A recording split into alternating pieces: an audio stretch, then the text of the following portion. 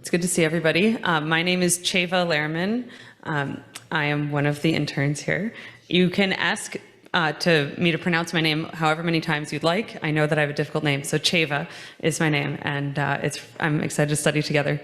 Since tonight is the first night of Selichot, since we're observing Selichot here tonight, and or one of many nights of Selichot, depending on where your family comes from and what your practice is, I wanted tonight's study, or this afternoon's study, to focus on Piyyutim, because Piyyutim are really the heart and soul of the Selichot service, and there's something that we often sing and we often pray and we don't often study.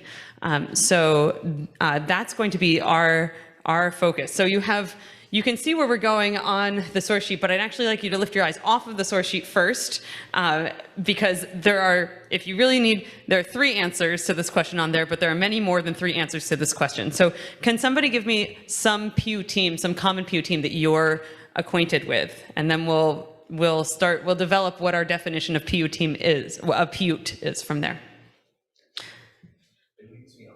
Elitzion. Eladon. Yigdal.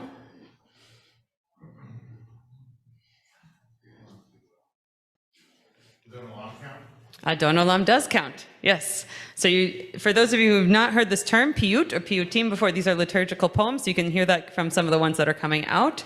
So we're getting that trend. Yigdal, Adon Olam. I said to someone on my way here, I commented, oh, I'm teaching on Piyyutim, and they said, is that this week's Parsha?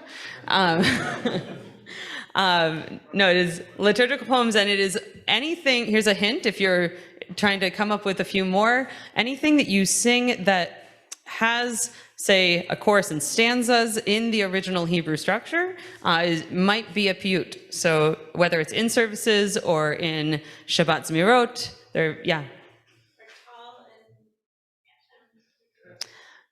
Tal and Geshem are inserts into the liturgy. So those would not be, but think of like Adon Olam has this stanzas, something that has like, chunks of text, and then we repeat a chorus often. Or we repeat after a leader, we sing back to them.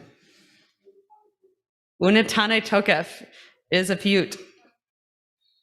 Is Akdamot? Say that one again. Akdamot? Atamut, I believe so.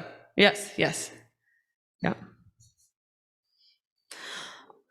Also, anything that you'd sing in, say, if you have ever been in a place where they sing Zmirot after dinner, Zmiras, Shabbos Zmiras, a lot of those are Piyyutim, right? So Menucha v'Simcha, Tzur Mishelo, Yaribon, Yom Shabbaton, Yom Ze LiYisrael, Yom Ze Mechubad, Dror Yikra. And we often start our Kabbalat Shabbat with a Piyyut, which is Yedi Nefesh.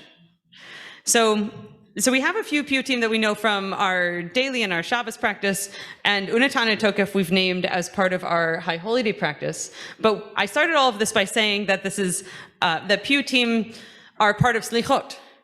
Right, so Selichot Piyyutim vary whether we're going from Nusach Sfarad or Nusach Ashkenaz, if we're following the Sephardic tradition or the Ashkenazic tradition. But a Selichot Piyyut that's often that people might hear sometimes is Adon HaSelichot. If this is familiar to people, Adon HaSelichot. Yep. So we'll study that later. El Nora Alila that we sing in Ne'ilah service at the end of all of our praying, that is also a Piyyut for the closing of the gates. Hayom Ta'amtzenu, another Piyyut that we sing often over the course of the Chagim. And then we have Piyyutim for other holidays as well. We have Adir Hu on Pesach. We have Ma'oz Tzur on Chanukah. So once you start looking for them, they pop up all over the place. Now you start realizing how common these are in our liturgy, even though they are technically extra liturgical, right? They are not part of our set matbeh. They're not part of our our ordered prayers that our brachot and our psalms that are usually what constitutes our tefillah, but they are in our tefillah nonetheless. So the root of the word Piyyut, it's a strange word, Pe Yud Vav Tet. And it actually comes from Greek.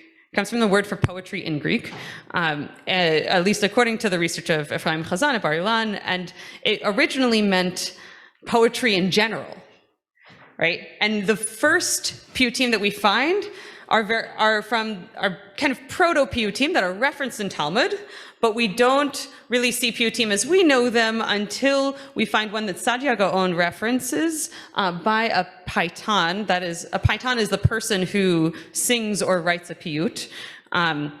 The paitan, Yossi ben Yossi, is referenced in Sadia Gaon's writings and his Siddur. So we are starting to see Piyyutim pop up at least around the 8th or 9th century CE. And so let's see if we've settled around a definition of a Piyyut before we go any further. Can someone, so we know that we have a liturgical poem, that there's a structure, because we talked about stanzas or repeat after me style Piyyutim, and we know that there's religious significance to it. And then what is the final definition of a Piyyut that all of these things that we've talked about have in common? What is something that not in the content, but in the way that we experience a Piyyut? It's poetry, and not just poetry. Is it a poem you would find in a book, and just any old poetry book and read it? No. It's meant to be sung. It's meant to be sung or chanted together. Right? Piyyutim are beautiful poetry. I absolutely recommend reading them on your own just to revel in the way that they use the Hebrew, but but a Piyyut is something that we can sing together and come together around it. So that's part of why it's been so meaningful.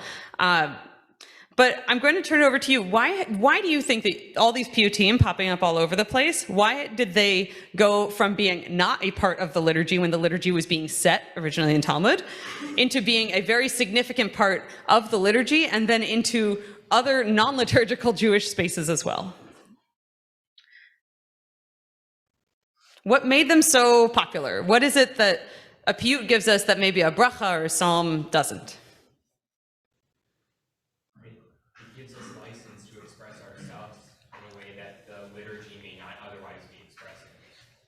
Thank you. So Ben said it gives us license to express ourselves in a way the liturgy might not be expressing.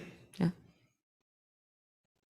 And I'll add to that, it expresses our feeling in a language that might be, the language literally is Hebrew, but the way that something is framed might be from a different angle, from a different time, and could be more relatable, perhaps. Yes, AJ?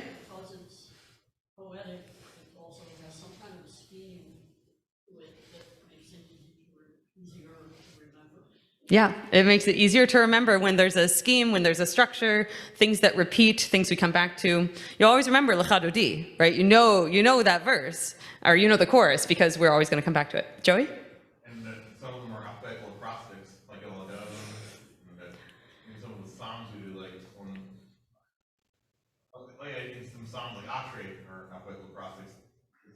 Ashrei skips Nun. Right. Yeah, so some Piyyutim are alphabetical acrostics, and some Piyyutim are also acrostics by the name of the person who wrote them. Yeah, that's how it would be. Right. All the first 8 verses are the words all 9. They're like that. Right, Shlomo, yeah, because it was Lecha Dodi written by Shlomo Alkabetz, so he made sure that we start the first verse with Shin for Shamor Vezachor, and the second with Lamed for Likrat. So Shlomo gets spelled out to make sure that we always know that he wrote it. Thanks, Shlomo. Also, sometimes they are acrostics that are not the author's name, nor are alphabetical, like Yedid Nefesh. And each paragraph spells out tetragrammaton. Yeah. Yes, each paragraph spells out the tetragrammaton. Each stanza of Yedid Nefesh starts with Yud, and then Hey, and then Vav, and then Hey. So with all of these reasons, all these things that Piyyutim had going for it, they really picked up. They became very popular around the 9th and 10th centuries, and you started singing them all over the place. There's one reason that's specific to this period that I will name that we haven't named yet, which is that sometimes Piyyutim helped Jews dodge persecution. We have writings from Samuel ibn Yahya al-Maghrib, who was a he converted to Islam from Judaism under the Persians, and he wrote how the Jews would sing Piyyutim because these were songs that incorporated pieces of their liturgy, but they weren't liturgy, and Jewish liturgy was banned at that time. So that way Jews could get together and pray without looking like they're praying. So now we're moving into an era like the Golden Age of Spain. So the Golden Age of Spain was a period in which Spain was ruled by the Islamic Empire, and Jews had a very specific status in Islamic law called dhimmi status. And dhimmi status allowed Jews to pray, so we didn't have that problem that we had with the Persians anymore. And also were in certain ways incorporated into society. There was a certain amount of assimilation. So you hear a lot of you hear this in the names of that time, right? So the Paitanim that we know from that period are Solomon ibn Gabirol, Moses ibn Ezra, and Ibrahim ibn Ezra, Bachya ibn Yosef ibn Pakuda, all these ibns instead of Ben. So we know that there's a lot of Arabic in the culture, and also one of the things about our culture is that there's the musicality of the language and the structure of poetry is very popular as like a common, like think of instead of karaoke singing, we'd all get together just to listen to poets recite. So Piyyutim really rose into their own, and we started seeing different types of Piyyutim. The Piyyutim that we have for study today are also several types of Piyyutim. So there are some Piyyutim, some liturgical poems that give praise. Those are often like Pizmonim. There's also specifically praise for creation. So those are Yotzrot, and we'll see those peppered throughout our Rosh Hashanah liturgy. And then there are Selichot Piyyutim, right? And that's where we're going to land. So let's turn to the study sheet, except the study sheet's going to direct you to the Siddur. So let's turn to page 23. And I want you to look at Lecha Dodi with new eyes. It has many things that we know so well, that we sing so well. We think about all the melodies that we can apply to Lecha Dodi. But I want you to first look at it and say, okay, what is the structure here that reflects some of the things that we've been learning about Piyyutim, their history? Where does it fit theologically, perhaps, is one way to think about it? How is the poem structured? What stands out to you? Take a moment and read through on page 23 of Lev Shalom.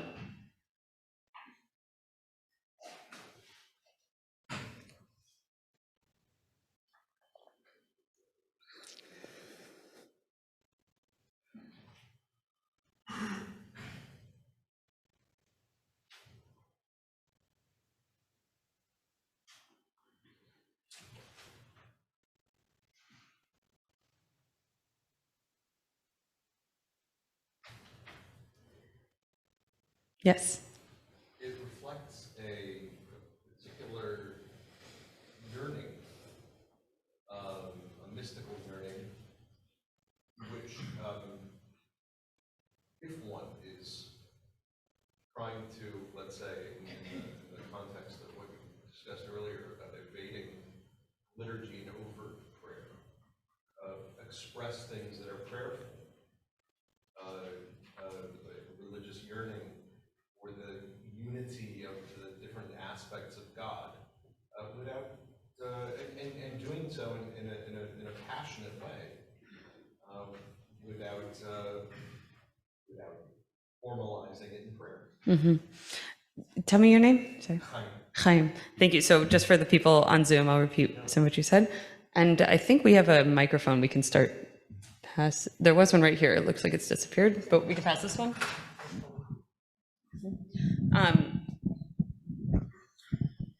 But Chaim was saying that it expresses a yearning for oneness with God in a very mystical way that is not exactly what it says in the liturgy, but expresses the essence of it in a way that would be outside of the liturgy. Yeah. Fortunately, Lecha Dodi didn't need to be a tool for dodging persecution, at least not at the moment it was created, because it was from the 15th century in Sfat, so Jews were able to pray, but it is absolutely those things that would add a new flavor. Yeah.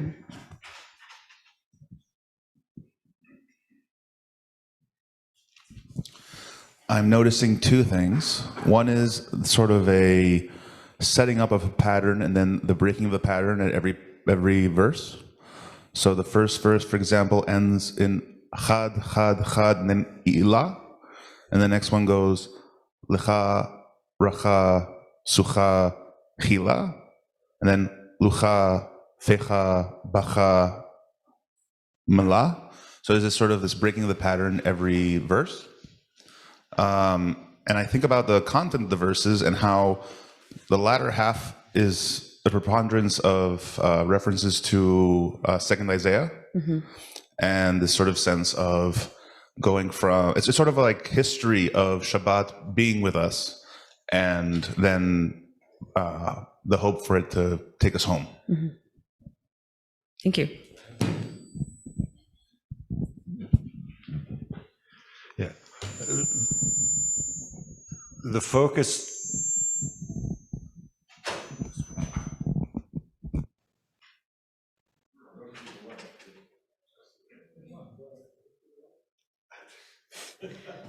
Well, I'll speak anyway. What? You just turned it on. I turned it on? Yeah, it was on. There we go. Now it's on.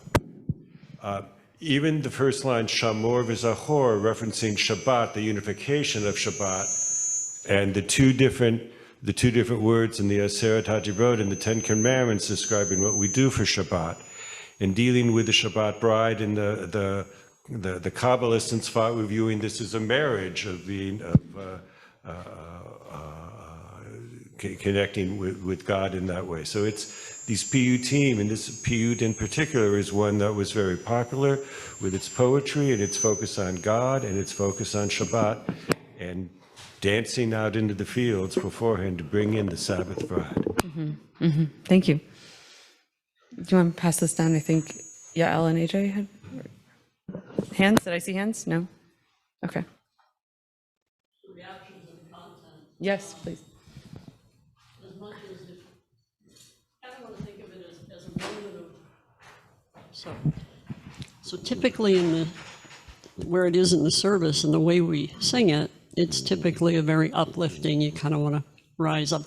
But if you look at the content, it starts as a downer, right? You're always, it's like, don't be so downtrodden, come on up. And which usually if you want to be uplifted, you don't start from there, right? You don't just say, don't get out of the dregs, right? It's like a reminder, you know, and so it has that two-sidedness to it. I'm not sure why, and certainly we tend to ignore that as we sing it and as we think about it, and especially at that moment in the service. Yeah, and I would not claim to have one answer why, the entire answer why, but I think one answer might be that it acknowledges something very, very human, right? That we sometimes also find in Psalms where there are juxtapositions put together that allow us to encompass more of life in that prayer, in that feeling. It's more honest when we can hold both the bad and the good, or we can start looking for redemption from a low place, and we don't need to pretend like we're fine. Yeah, in the modern world, I think we tend to be we want warm and fuzzy all the time. And I think maybe at the time this was done, they were more realistic. That realism is good for us. Let's move on to Adon HaSlichot. So Lecha Dodi is our gateway piyut. You know, it gets us going because we know it so well. It's good to look at it again. But Adon HaSlichot is also particularly a Sephardic piyut, and so will we be singing this tonight? I'm not sure. Perhaps. We might be singing this tonight. We might be. And, you know, if you don't sing it tonight, you can certainly find an opportunity over the next week and then again in the 10 days after that to sing it. It's a beautiful, beautiful piyut. It really can bring you up. So I invite you to take a look at it on the source sheet on page 2. And the melody goes like this. Adon Selichot bochen levavot gole amukot dover וצדקות, חטאנו לפניך, רחם עלינו, חטאנו לפניך, רחם עלינו. I wish we had time to sing the whole thing, but we do need to get to Ma'ariv at some point. So I invite you to just take a moment to read quietly the rest of Adon Selichot and think about how this might retain some of those features of Piyyutim, but also let's think of it a little bit more deeply, a little more personally. What would this give voice for you in this season?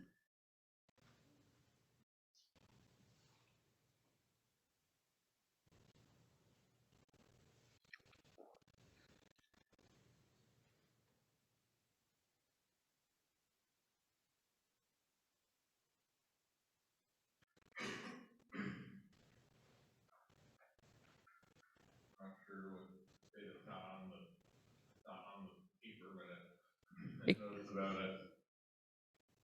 There's entering the season of forgiveness, repentance. So, because it even says here, the chorus is translated, "We've sinned before you, have mercy upon us." We're asking God for is, we did wrong. We want to be forgiven. Can you, Daniel, I see you. Let's pass the mic down. Yeah.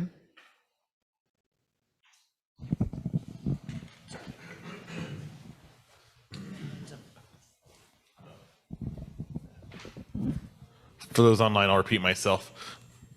I don't know what else to say that's not written here, but what I can get from this is that just exactly what it says here is that we're starting that time there where we ask for forgiveness for the things we did that were wrong, whether to God or to other people. So it's a good time to reflect on and it's a good time to set goals for yourself for the coming year, such as like self-awareness of how your words or actions come across to others. It's hard for me to speak when I'm on the spot, but yeah. No, thank you. That's great. You're welcome. Appreciate that. It strikes me that all the descriptions of God are benevolent and kind and understanding and comforting. And the only reference to wrongdoing is the chorus. And I think about this setting a mood of we're entering a season where we're encountering the sovereign of all things, and yet this sovereign of all things is totally different, wholly different from any ruler of flesh and blood that we've encountered, where we apologize to a human being because we're afraid they're going to hurt us back, or we're afraid that some other bad thing may happen. But God doesn't do that. God is Adon Haslichot, Bochen Levavot, Hadur Veniflaot, all these wonderful things. And so there's a sort of hopefulness of this piyut that I think we lose sight of when we are in the throes of high holidays sometimes. Yeah. It's in the plural, so it doesn't seem. It doesn't seem to be a personal reflect. It just struck me that it was in the plural, and we're going to sing it together. And I don't know if that means it's easier to admit that you've sinned when saying we all have, or we're focusing on the communal sins, or whatever that means, but it's not a personal, it doesn't seem to me to be a personal reflection. I respectfully dissent. It's the chorus, the pismon, that is that we have sinned, but it's the paragraphs themselves are focused on an individual approach, and then they say at the end, all of us have done it. And that's what we even say, Ashamnu, Bagadnu, in terms of that communal prayer, and that's taking place. But I view it as a personal acknowledgement of what's taking place. And the bottom line is, yes, we have all sinned before you, and have mercy upon us. So one of the testaments to the power of poetry in Piyyutim is that they've made a resurgence as part of Israeli popular music. There's a song called Elohai by Kobi Oz, where he plays actual track of his grandfather, his Iraqi Paytan grandfather, singing a piyut, and then Kobi Oz's music that he lays on top of that is him wrestling with his sense of God. Right, there's another example that's actually very specific to the season, where Tal Peled and Yanai do a duet on Kamti Be'ashmoret. And it's beautiful, and it's hip hop, but the hook of the hip hop is Kamti Be'ashmoret. So it's really, and they speak to that theme, right? They don't pick this for nothing. And so there are modern Piyyutim. I would say perhaps a modern Paytan might be Leonard Cohen with Who by Fire, right?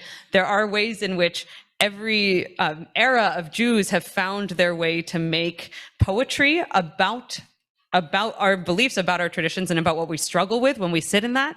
And the question is next, like, what will our Piyyutim be, and who will our Paytanim be? And how and where and when do we want to incorporate that into our Jewish practice, whether it's in our liturgy or in our home practice or wherever we go, where it gives voice to something that we need to say, and it lets us sing it in a way that touches our kishkas and elevates our prayer.